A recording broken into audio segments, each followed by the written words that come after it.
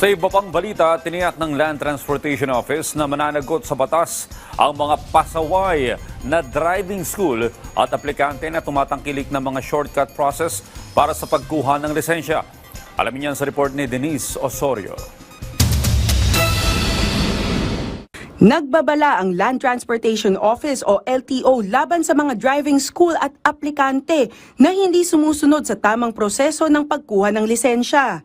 Kasama na rito ang mga kasong non-appearance at hindi tamang pagtuturo ng theoretical driving course. So, binibigyan natin sila ng pagkakataon to explain their side. If they cannot explain it properly, we will revoke their accreditation. Dagdag ng LTO, posibleng kakasuhan ang mga pasaway na eskwelahan at aplikante. Hindi rin ligtas ang mga lisensyadong motorista na dumaan sa shortcut. Pag kasi nabigyan ng lisensya isang tao na hindi dumadaan ng tamang proseso, meron tayong driver sa daan na hindi marunong mag-drive. Worse, hindi marunong pangalagaan, hindi na yung sarili niya, pati yung pasero niya at saka yung mga pedestrians, no? Yung simple courtesy to pedestrians, hindi na lang paano gagawin. This will cause accident in the roads. Dahil sa shortcut na magkaroon ng lisensya, namimiligro ang buhay ng mga nasa kalsada.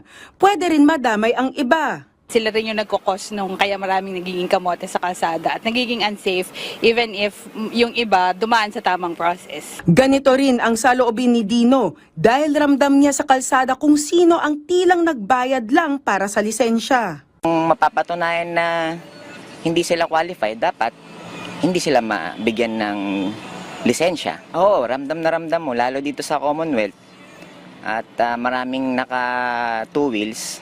So ramdam mo sino yung mga hindi sumusunod, sino yung mga parang nagbayad lang ng lisensya nila. Paalala naman ng mga nagko-commute nating mga kababayan, huwag nang mag-shortcut dahil buhay ang hawak ng driver sa manibela. Huwag nilang gawin yung pandaraya na gano'n or nagpapa-fixer ba yun? Tama. Kasi para sa kanila din naman yun eh. Kunyari, nagda-drive ka, hindi lang buhay mo yung masasalba mo pati yung mga tao na nasa gilid ng daan. Pagka hindi ka ganun ka dunong sa driving, malay mo marami kang maaksidente na tao. Hindi mo lang pwede mabalik yung buhay Pinapaalalahanan ng LTO ang publiko na gamitin ang online system ng LTO para sa mas mabilis, ligtas at legal na proseso ng pag-apply ng driver's license. Denise Osorio para sa Pambansang TV sa Bagong Pilipinas.